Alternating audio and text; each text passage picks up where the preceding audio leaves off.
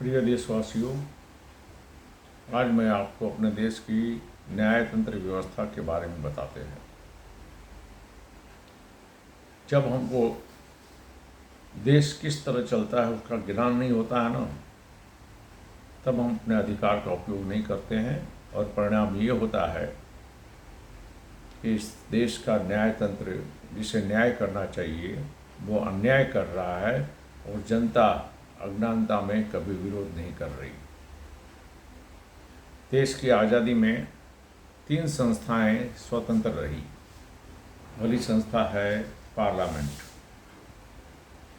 चुने हुए प्रतिनिधियों का संघ पार्लियामेंट में बैठता है, जो देश की रक्षा के लिए, देश की सुरक्षा के लिए, देश को अच्छी तरह चलाने के लिए, राष्ट्रहित के लिए कानून बनाती है। उसमें किसी का इंटरफेरेंस कोई उसमें कर नहीं सकता है, कोई बीच में नहीं कर सकता है। पूरी स्वतंत्रता पार्लियामेंट को हमारे देश में दी गई है, क्योंकि वहाँ पर बहुमति से और सहमति से कार्य होता है और यही लोकतंत्र का सबसे बड़ा सफलता का कारण है। किसी एक व्यक्ति की बात नहीं चलती, या तो सभी की सहमति होती है जिसे यूनानिमस डिसीजन कहते हैं, और या फिर मेजॉरिटी से देश चलता है, बहुमति से। पार्लियामेंट को हर तरह से स्वतंत्र हमारे संविधान ने रखा है। संविधान के अंदर एक ही बात रखी है कि पार्लियामेंट में कोई भी कानून बनाए, कोई भी कार्य करे, वो मौलिक अधिकारों के विरुद्ध नहीं बनना चाहिए। बाकी वे हर तरह से स्वतंत्र रहते हैं। दूसरी संस्था है election commission of India. Election commission of India इस देश में साल भर चुनाव करती रहती है। कहीं न कहीं हमारे यहाँ चुनाव चालू ही रहता है और इसके लिए पूरी एक संस्था है। और जैसा ही आपका 5 साल का टर्म पूरा होता है, उस क्षेत्र में आपको अपना अधिकार मिलता है जनता को कि वो अपना जनप्रतिनिधि वोट देकर, मत देकर चुने। अब इस कार्य में पूर्ण रूप से इलेक्शन कमीशन को स्वतंत्रता है। इसमें न पार्लियामेंट इंटरफेयर कर सकता है और न कोर्ट इंटरफेयर कर सकता है। और यही कारण था कि स्वतंत्रता के कारण टी.एन. शेषन जब इलेक्शन कमिश्नर थे, उन्होंने कहा कि हर व्यक्ति अपनी प्रॉपर्टी दिखाएगा, जो भी उम्मीदवार अपनी प्रॉपर्टी नहीं दिखाएगा वो इलेक्शन में खड़ा नहीं रह सकता है। जब इलेक्शन कमीशन ऑफ इंडिया ने ये कार्य किया तो उस समय मेरे ख्याल से पी.वी. नरसिम्हा राव थे। उन्होंने कोर्ट में गए, उन्होंने कहा कि इलेक्शन की संपत्ति से चुनाव को कोई लेना देना नहीं है, तो आप ऑर्डर दें कि जो इन्होंने कंडीशन डाली है कि जो व्यक्ति अपनी प्रॉपर्टी नहीं दिखाएगा वो खड़ा नहीं रह सकता। लेकिन आपकी जानकारी के लिए इलेक्शन कमीशन ऑफ इंडिया का काम एक ही है, निष्पक्ष चुनाव कराना। और निष्पक्ष चुनाव करने के लिए किसी प्रकार का भी कदम इलेक्शन कमीशन ऑफ इंडिया ले सकता है जिसमें कोई भी इंटरफेयर नहीं कर सकता। और यही कारण था कि कोर्ट ने कह दिया कि एक बार जिस क्षेत्र में इलेक्शन घोषित कर दिया गया है, वहाँ पर इलेक्शन कमिश्नर ने जो नियम बनाए हैं उसका सभी कैंडिडेट को पालन करना होगा, और जो नहीं करेगा वो कैंडिडेट नहीं बन सकता। और यही कारण है कि आज प्रत्येक कैंडिडेट को अपनी प्रॉपर्टी दिखानी पड़ती है। और एडीआर करके एक संस्था है जो आपको अच्छी तरह से इसके बारे में संपूर्ण जानकारी देती है। तीसरी संस्था हमारे देश में है न्यायतंत्र। ये भी स्वतंत्र है। अब न्यायतंत्र का काम क्या है? न्यायतंत्र का काम 2 ही मुख्यतः काम है। एक काम तो ये है कि पार्लियामेंट में देश हित के लिए, जनता के लिए, देश को चलाने के लिए जो भी कानून बनता है उसमें अगर किसी भी नागरिक के साथ भेदभाव होता है, किसी भी संस्था के साथ भेदभाव होता है, किसी के साथ अन्याय किया जाता है, तो वह व्यक्ति न्यायतंत्र में जा सकता है। ये न्यायतंत्र की स्वतंत्रता है और इसमें हमारे देश के प्रेसिडेंट भी इंटरफेयर नहीं कर सकते हैं। और दूसरी व्यवस्था ये है कि न्यायतंत्र एक ही चीज़ का ख्याल करती है कि जो भी कानून बना वो हमारे संविधान के मौलिक अधिकार और संविधान में दिए गए कुछ देश हित के डायरेक्शंस उसके अंतर्गत होने चाहिए। अगर पार्लियामेंट में ये पास कर दिया जाए कि लॉ ऑफ इक्वालिटी ना रहे तो ये नहीं चलेगा। अगर आपको फ्रीडम ऑफ एक्सप्रेशन है और इसके विरुद्ध अगर कोई कानून बनाता है तो न्यायतंत्र उसको रद्द करवा सकती है, जिससे हम कहते हैं कि बना हुआ कानून रद्द हो सकता है अगर वो संविधान के अनुसार नहीं है। हमारे देश में 3 संस्थाएं हो गई। एक संस्था पार्लियामेंट, पूर्ण रूप से स्वतंत्र, देश को कैसे चलाना, देश की सुरक्षा के लिए, नागरिकों की रक्षा के लिए कानून बनाना। दूसरी संस्था है इलेक्शन कमीशन ऑफ इंडिया, निष्पक्ष चुनाव के लिए, इम्पार्शियल इलेक्शन के सभी लोग वोट दे इसके लिए इलेक्शन कमीशन ऑफ इंडिया को स्वतंत्र है। इसमें न पार्लियामेंट इंटरफेयर कर सकता है और न इलेक्शन कमीशन। और यही कारण है कि जिस क्षेत्र में एक बार घोषित किया जाता है वहाँ का किसी पुलिस को भी ट्रांसफ़र करना, किसी ऑफिसर को भी ट्रांसफ़र करना हो तो इलेक्शन कमीशन के पूछे बगैर नहीं हो सकता है। आप समझिए हमारे देश में ये व्यवस्था होते हुए भी अब तीनों संस्थाएं अपने काम करती है या नहीं। और मैंने बहुत बार कहा और लिख कर भी भेजा सुप्रीम कोर्ट के जजों को, प्राइम मिनिस्टर को, क्यों लिख कर भेजा कि अगर पार्लियामेंट खुद अपने बनाए हुए कानून का पालन चुने हुए प्रतिनिधि नहीं करते हैं, अपने खुद का ऑर्डर अगर सुप्रीम कोर्ट उसका पालन नहीं करता है तो इन लोगों की छवि जो है खराब हो जाती है। आज मैं एक नहीं हजारों केस दे सकता हूं जहां पर क्या बोलते, कंटेम्प्ट ऑफ कोर्ट कहते हैं, अवमानना, अनादर करना। अब हमारे देश को, जजों को किसी को शर्म नहीं है कि जिस देश में पूरे हिंदुस्तान में हजारों कंटेम्प्ट ऑफ कोर्ट पड़ी रहती है, मुझे बताइए, कोर्ट में लोग जाकर कहते हैं कि आपका आदेश का पालन नहीं हो रहा है, उस पर भी ये लोग सुनवाई नहीं कर पाते हैं और न किसी को सजा देते हैं। मैं व्यक्तिगत रूप से एक बिल्डर की बात करता हूँ। हमारी सोसाइटी में समस्या थी, आज से 25 साल पहले हमने कंटेम्प्ट ऑफ कोर्ट की धमकी दी बिल्डर को कि ऐसा करोगे, ऑर्डर पास हो गया। तो जानते हैं बिल्डर ने क्या कहा? बिल्डर ने कहा कि मेरे अगेंस्ट में 25 अवमानना की नोटिस है, तुम्हारी 26 में होगी, कोई बात नहीं, तुम खुशी से कंटेम्प्ट ऑफ कोर्ट करोगे। ये इस बात का संकेत देता है कि हमारे देश में न्यायतंत्र का किसी को भय नहीं है। आज की तारीख में यही हालत है और इसी कारण हमारे देश के अंदर बिल्डरों ने लोगों को लूटा है। चाकू दिखा के लुटाओ तो कानून के अंतर्गत सजा है, पिस्तौल दिखा के लुटाओ तो भी सजा है। लेकिन बिल्डर अगर एग्रीमेंट बना के आपको लूट लेते हैं तो उनको तारीख मिलती है, उनको कुछ नहीं होता। अगर आप चुने हुए प्रतिनिधि को कहते हैं कानून बनाओ कि भाई इसने एग्रीमेंट बनाया, 3 साल की बात की, आज 10 साल हो गया, दिया नहीं है, इसको कुछ दो, इसके लिए ऐसा कानून बनाओ कि कम से कम बिल्डर को तुरंत सजा मिले और एक व्यक्ति जिसके पास पैसे थे अपने घर के लिए, जो घर से बाहर है, उसे घर मिले। लेकिन चुने हुए प्रतिनिधि भी ये कानून नहीं बनाते हैं। ये इस बात का संकेत देता है स्पष्ट शब्दों में कि दोनों अपनी जिम्मेदारी को समझ नहीं रहे हैं, न चुने हुए प्रतिनिधि और न चीफ जस्टिस कहें या दूसरे जस्टिस कहें या जितने भी आप कहें न्यायाधीश, सभी अपने जिम्मेदारी को समझते नहीं हैं। अब अगर इनको जिम्मेदार बनाना है, अगर इनको सजा दिलानी है तो कौन देगा? अब तीनों स्वतंत्र संस्थाएं हैं। अगर पार्लियामेंट में गलती होती है तो उनको संरक्षण दिया गया है कि आप उनके अगेंस्ट में केस करना है तो ये करना पड़ेगा, वो करना पड़ेगा।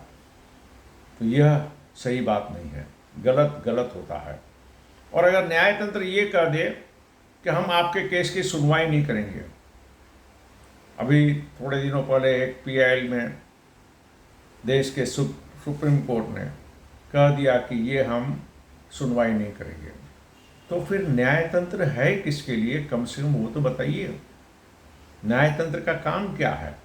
अगर आप किसी की पिटीशन आप बोल दोगे कि हम कर नहीं सकते हैं तो ये तो इस बात का संकेत देता है कि ये देश का न्याय तंत्र नहीं, उधर बैठा हुआ जज की मनमौजी है। जो अच्छा लगेगा वो सुनेगा, जो अच्छा नहीं होगा वो नहीं सुनेगा। अब ऐसी परिस्थिति में देश के न्यायाधीश को जिम्मेदार बनाने के लिए जनता को बाहर आना होगा और इसके लिए हम सबको बाहर निकलना पड़ेगा। जब तक हम बाहर नहीं निकलेंगे कार्य नहीं होगा। और यही हालत हमारे देश के चुने हुए प्रतिनिधियों की है। खुद कानून बनाते हैं, खुद कानून का उल्लंघन करते हैं। एक नहीं, मैं कम से कम 25 कानून बता सकता हूं जहां पर चुने हुए प्रतिनिधि खुद कानून बनाते हैं, खुद देखते हैं गलत हो रहा है, कुछ करते नहीं है। मेरे पास 1986 का एक जजमेंट था जब मैंने फेरी वालों के लिए केस किया। फेरी वाले आज हमारे लिए एक सामाजिक समस्या है। अभी हम इसके ऊपर कुछ कर नहीं सकते, लेकिन व्यवस्था कही जा सकती है ताकि सभी के साथ न्याय होवे। जानते हैं सुप्रीम कोर्ट का जजमेंट क्या है? फेरी वाले के लिए सुप्रीम कोर्ट का जजमेंट आया था कि भाई रास्ता किसके लिए है और पैदल चलने का जो पेवमेंट है वो किसके लिए है। अंग्रेजी में किन शब्दों में सुप्रीम कोर्ट में लिख दिया, roads are meant for vehicle traffic and pavement is made for pedestrian. यानी किसी प्रकार का व्यापार रास्ते पे हो नहीं सकता क्योंकि रास्ता गाड़ी के लिए बनाया जाता है। कोई भी राहदारी मार्ग यानी पेमेंट, उस पर किसी प्रकार का व्यापार नहीं हो सकता क्योंकि वो राहदारी लोगों के लिए आने जाने की व्यवस्था है। लेकिन आज की तारीख में इस ऑर्डर का पालन कौन करता है? और इस देश के सुप्रीम कोर्ट के सभी जज बेशर्म नहीं है तो मैं क्या कहूँ कि आप कानून ऐसा ऑर्डर क्यों देते हैं? या तो ऑर्डर दीजिए तो इम्प्लीमेंट कराइए, लेकिन इम्प्लीमेंट होता ही नहीं है। ये 1986 का जजमेंट है। उस वक्त अगर उन्होंने अच्छी तरह लागू किया होता तो आज ये सामाजिक समस्या नहीं बन जाती। आज सामाजिक समस्या में मुंबई जैसे शहर में कम से कम 5 लाख फेरी वाले हैं। अब इस कानून को इम्प्लीमेंट करना मुमकिन नहीं है क्योंकि 5 लाख परिवार को समाज से अलग नहीं किया जा सकता, लेकिन इसकी अलग व्यवस्था की जा सकती है। इसके लिए एक वैकल्पिक व्यवस्था संभव है जिसके लिए सभी ईमानदार नेता होने की ज़रूरत है। और इसी चीज़ की हमारे देश में कमी है। नेता तो हैं लेकिन ईमानदार नहीं हैं। और यही बेईमानों की वजह से आज मुंबई में करीब 30,000 से अधिक लोग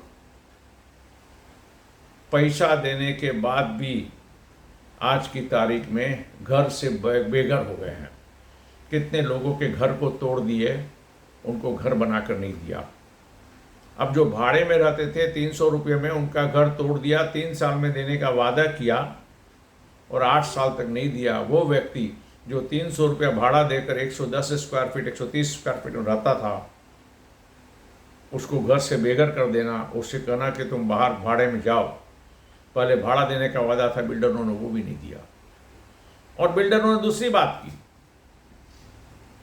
प्रोजेक्ट चालू किया, बेचना चालू कर दिया, सभी से 50-60% पैसे ले लिए, लेकिन 10-10 साल तक उनको घर नहीं दिया। अब आप मुझे बताइए, मुंबई जैसे शहर में अगर छोटा से छोटा घर भी ढूंढेंगे ना तो 50 लाख से कम नहीं होता है। और 1 बेड और 2 बेड की बात करेंगे तो 2 करोड़ की आज कीमत होती है। और 2 करोड़ जमा करने में, 1 करोड़ जमा करने में आदमी की ज़िंदगी खत्म हो जाती है। लेकिन हमारे देश में निकम्मे चुने हुए प्रतिनिधि और निकम्मे जज के कारण आज की तारीख में 30,000 से अधिक लोग बेघर हैं और किसी को शर्म नहीं है। और इसी विषय पर आगे बढ़ने के लिए हमारी संस्था ने संकल्प किया है कि सभी 30,000 लोगों के साथ न्याय होवे।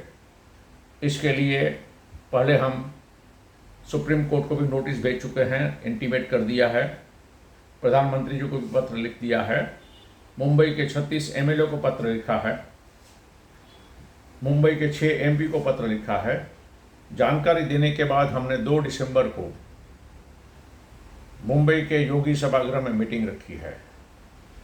उस मीटिंग के बाद और एक मौका देने के बाद जो भी आवश्यक कदम कानून के अंदर रख लेना पड़ेगा।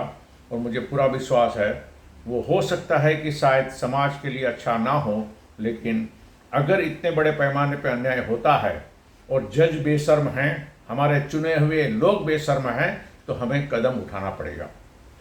सुधार तो करना ही है। अगर जिस देश में पार्लियामेंट के चुने हुए लोग जिम्मेदार ना हों, वो अपना काम करते ना हों, अगर देश का सुप्रीम कोर्ट में बैठे हुए जजों को शर्म नहीं आती है और वो अपनी जिम्मेदारी नहीं समझ सकते हैं, तो इस देश की जनता क्यों अपनी जिम्मेदारी को समझेगी?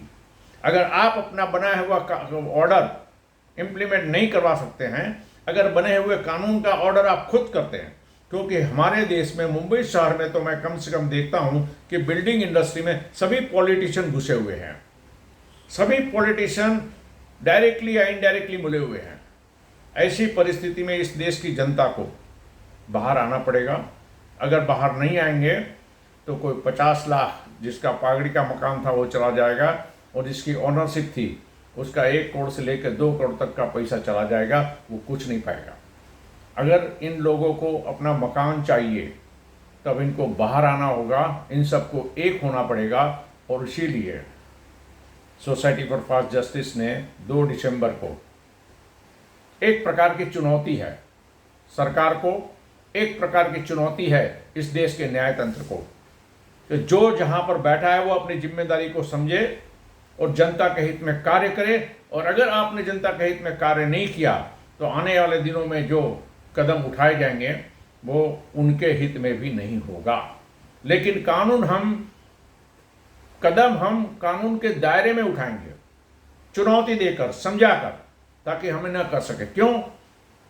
स्वरक्षा हर व्यक्ति का अधिकार है। अगर आपको कोई मारता है और आप उसको मार डालते हो तो वो गुनाह नहीं है, क्योंकि वो आपको मारने आया था। आपने स्वरक्षा में उसको मार दिया तो आप गुनहगार नहीं हो। अगर किसी ने आपको लूट लिया और अगर न्यायतंत्र ताली मारता है, देश के चुने हुए प्रतिनिधि सब ताली मारते हैं, कानून नहीं बनाते हैं, गुनहगार को सजा नहीं देते हैं, तो जो भी कदम आवश्यक अपने अधिकार के लिए कानून में रहकर करना होगा, वो कदम उठाने के लिए सोसाइटी फॉर फास्ट जस्टिस आगे बढ़ेगी। हम चाहते हैं इससे पहले कि हम ये करें, कम से कम 30,000 लोग जो बेघर हैं उनको घर तुरंत मिल जाए, और जिन लोगों ने इनको लूटा है कम से कम उनको बेघर कर दिया जाए, उनकी संपत्ति जब्त कर दी जाए, उनको जेल में भेज दिया जाए। उनका पैसा से जो मर्सिडीज गाड़ी में घूमते हैं, बड़े बड़े फ्लैट में रहते हैं, कम से कम उनकी सारी संपत्ति जब्त तुरंत की जाए। हमारे देश में तो इम्प्लीमेंट कराने में भी 2-2 साल लग जाता है। अब जिस देश के अंदर एडजर्नमेंट एडवोकेट हो, मैंने पूछा एडजर्नमेंट एडवोकेट क्या होता है, तो बोलता है ये एडवोकेट का एक ही धंधा है, कोई भी केस तेरा बाकी है तुमको तारीख दिला देगा। अब जिस देश में 10-10, 20-20 साल तक केस चलता हो, उसको न्यायतंत्र हम कैसे कर सकते हैं? अब इस अन्याय तंत्र में जजों को जिम्मेदारी बनाने का काम पार्लियामेंट नहीं कर पाएगी। इस देश के आईएएस और आईपीएस ऑफिसर नहीं कर पाएंगे। इस देश के बड़े बड़े बिजनेसमैन और गुंडे मवाली नहीं कर पाएंगे। इस देश में अगर न्यायतंत्र को जिम्मेदार बनाना है, उनके सभी जजों को जिम्मेदार बनाना है, तो पब्लिक को बाहर आना होगा। और जब तक पब्लिक बाहर नहीं आएगी, आप सभी की संपत्ति इस तरह के गुंडे लोग लूटते रहेंगे। चाकू नहीं दिखाएंगे, पिस्तौल नहीं दिखाएंगे, एग्रीमेंट बना के आपको लूट लेंगे, अपने परिवार को विदेश में घुमाएंगे, बड़े फ्लैट में रहेंगे। अगर चुने हुए प्रतिनिधि इसको देखकर कोई कानून नहीं बनाता है, इनको सजा नहीं देता है, तो मैं समझता हूँ वक्त आ गया है इस देश की जनता जागे, आगे बढ़े, और आगे जो कदम उठाने हैं उसके बारे में जानकारी आपको 2 दिसंबर के बाद दी जाएगी। क्योंकि हम नहीं चाहते कि हम कोई भी ऐसा कार्य करें जो राष्ट्रहित में ना हो। इसीलिए हमने तय किया है कि राष्ट्रहित में कानून के अंतर्गत वो कदम उठाए जाएं कि प्रत्येक व्यक्ति अपने जिम्मेदारी को समझे। मैं तो बैनर के अगेंस्ट में बीएमसी में लिख लिख के थक गया। कानून बना है कि पब्लिक प्लेस को गंदा नहीं किया जा सकता, उसके लिए नियम है। लेकिन आप देखिए हमारे यहाँ बैनर तो हर जगह लगे रहते हैं। या तो कानून मत बनाओ, और कानून बनाते हो तो उसका पालन करो। जज रास्ते में नहीं जाता? क्या जज अंधा है? हमारे पॉलिटिशियन तो खुद जानते हैं कि कानून के अगेंस्ट में अपना चेहरा दिखाना है, और उनके चमचे लोग क्या काम करते हैं? हर जगह पर वार दिवस, वार दिवस, वार दिवस। मैं तो परेशान हो गया कि जिस देश के अंदर वार्ड दिवस करने से मेरी हालत ये हो गई कि मैं अपना वार्ड दिवस भूल गया।